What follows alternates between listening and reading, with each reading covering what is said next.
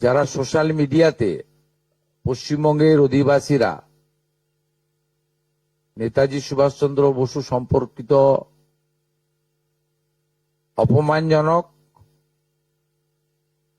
মিথ্যা অপপ্রচার করার দুঃসাহস দেখিয়েছেন,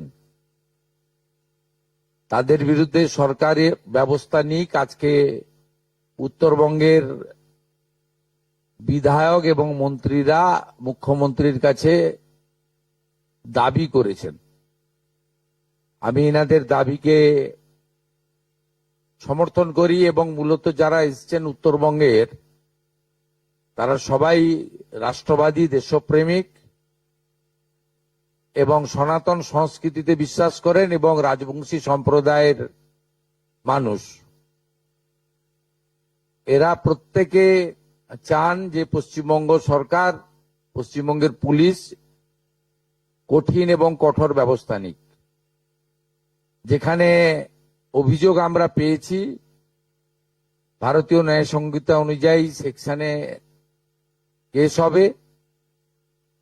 ফেসবুককে এবং সোশ্যাল মিডিয়ার যে প্ল্যাটফর্ম আছে তার যে সিস্টেম আছে সেটাকে আমরা রাজ্য সরকারের পক্ষ থেকে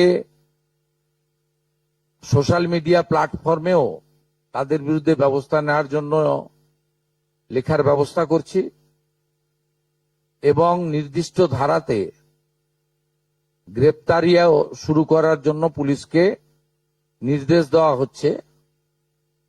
এবং আমি যারা দুঃসাহস দেখিয়েছেন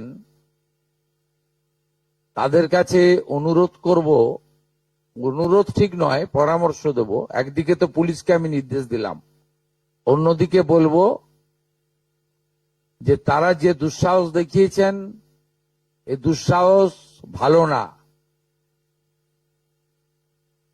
এবং এটা পশ্চিমবঙ্গ সরকার, পশ্চিমবঙ্গ পুলিশ ভালোভাবে নিচ্ছে না।